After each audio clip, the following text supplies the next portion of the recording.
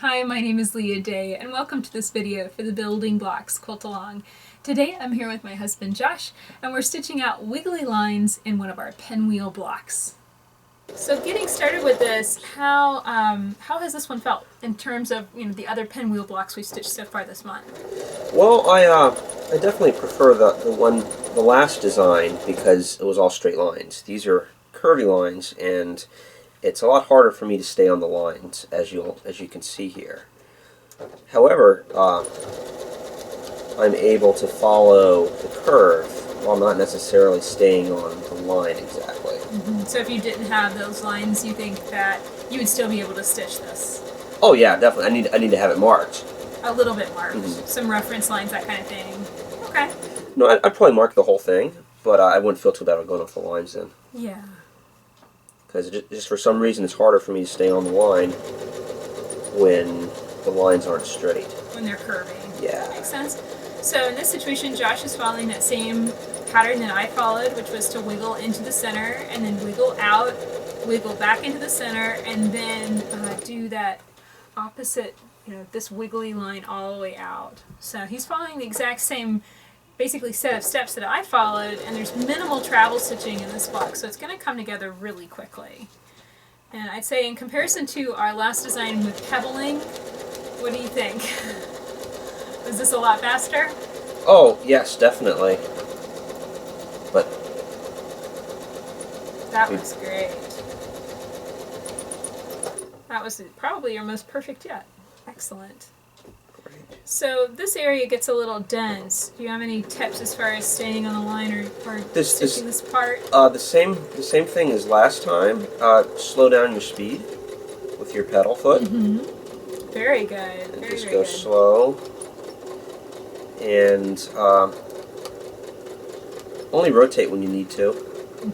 So you're just working back and forth, kind of coming from the top down, and that's a really good direction to work in. You can see where you're going. See, I increase my speed a little bit Yeah. because it's opening up some. As they get longer, you might have to adjust. That looks great.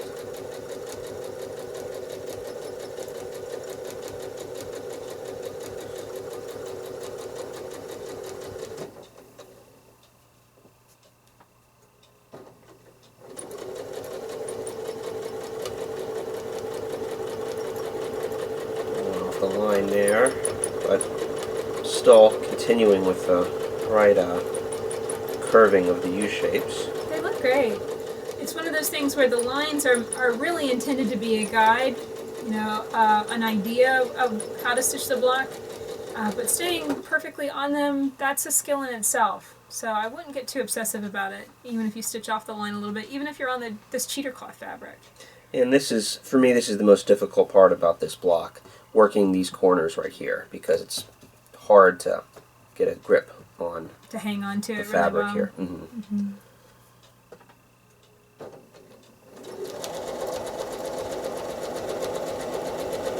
Yeah, you can see right there with those, that happened due to my fingers on the corner, the edge of the block, not having. Just don't have as much control.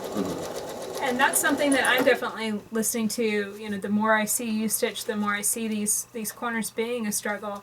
And I'm thinking that adding longer, bigger borders, more space along these edges is a really good idea, just to maintain better control.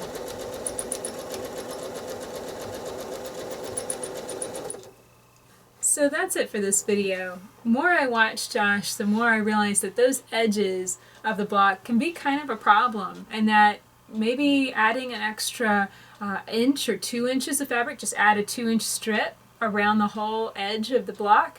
That's not a waste of fabric.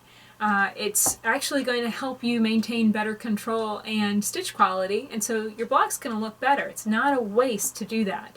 What do you think? Should we do that to some of your blocks? It would have helped me significantly with this block right here. As you can see, just as we were finishing, I lost pretty much all control over the corner of the block, and I couldn't really figure out a way to put my hand there to manage it better. But if I had that extra length around the corner, it would have been an issue, and the stitch the stitch wouldn't have suffered. Yeah, so we're going to give that a try. Maybe next week we'll post a video just having a little bit more fabric along that edge and see if that helps Josh with quilting, and it might help you too. So my name is Leah Day, and this has been a video for the Building Blocks Quilt Along. You can join us stitching out all of these blocks. We learn how to piece and free motion quilt 42 blocks, and you can find the quilt pattern to get started at leahday.com. You can also find the Spoonflower cheater cloth that Josh has been working on at spoonflower.com. That's going to save you a little time so you don't have to actually cut and piece all of your blocks. So until next time, Let's go quilt.